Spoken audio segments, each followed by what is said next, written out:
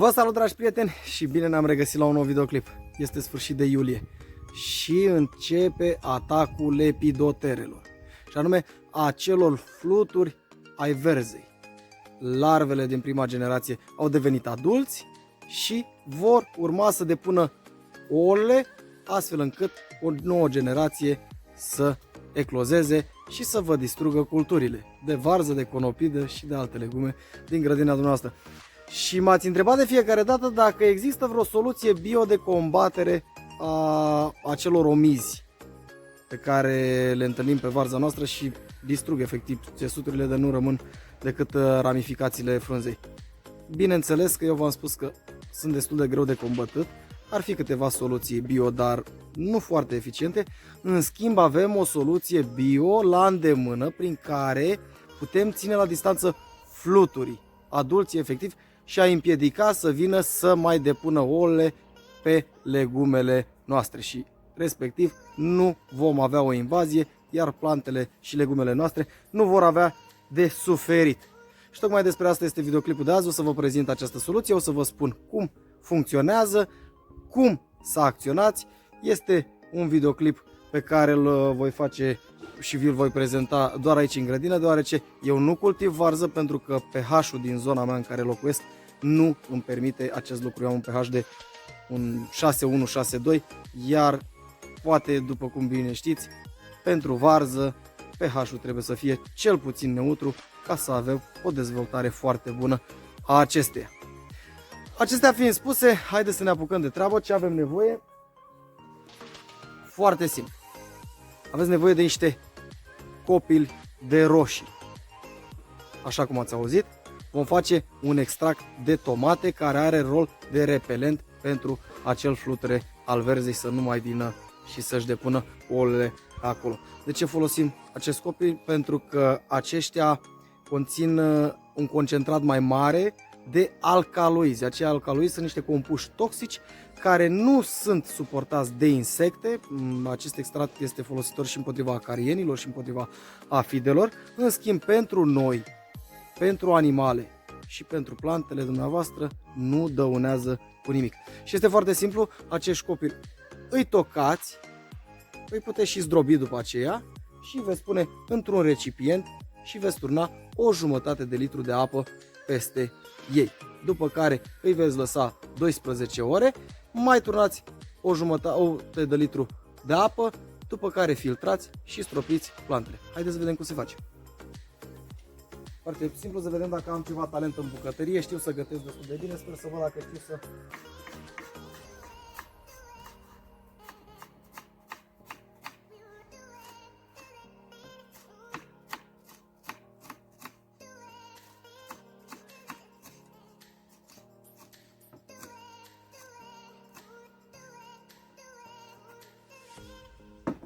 Mi-a ieșit de minune. Folosiți în jur de 150 de grame, 200 de grame de copil pentru un litru de apă. Aceasta este rețeta pentru un litru de soluție. Apă puteți folosi de oricare doriți dumneavoastră, de chiuvetă, de izvor, oricare. Aceștia tocați, îi puneți într-un recipient.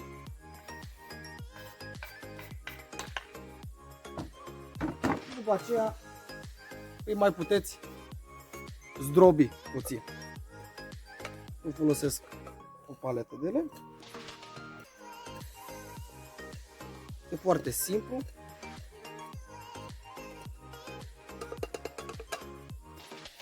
După ce am făcut acest lucru, vom pune o jumătate de litru de apă.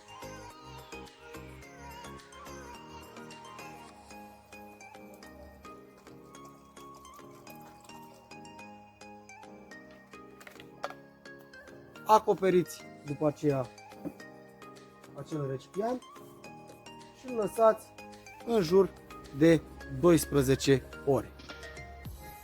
Și astfel, dragii mei, după ce au trecut cele 12 ore în care ați lăsat această soluție la o temperatură normală, nu vă mai rămâne de făcut decât să mai adăugați încă o jumătate de litru de apă peste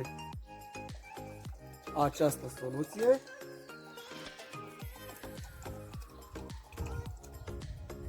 Mai amestecați puțin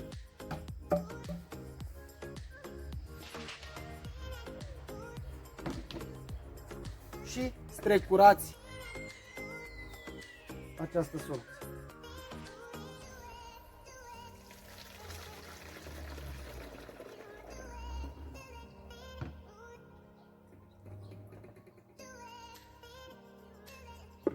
Resturile rezultate nu mai pot fi refolosite.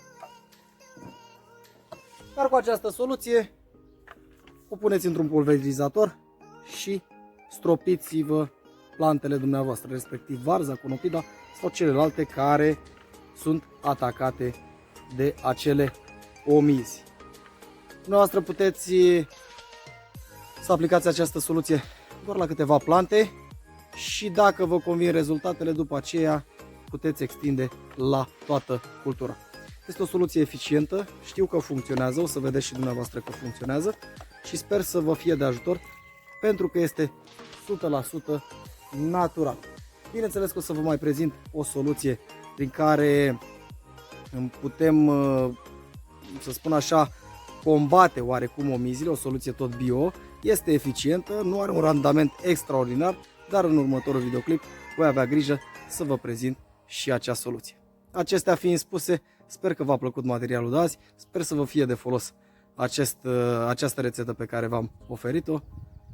Să ne revedem cu bine la următorul videoclip și vă doresc o zi minunată!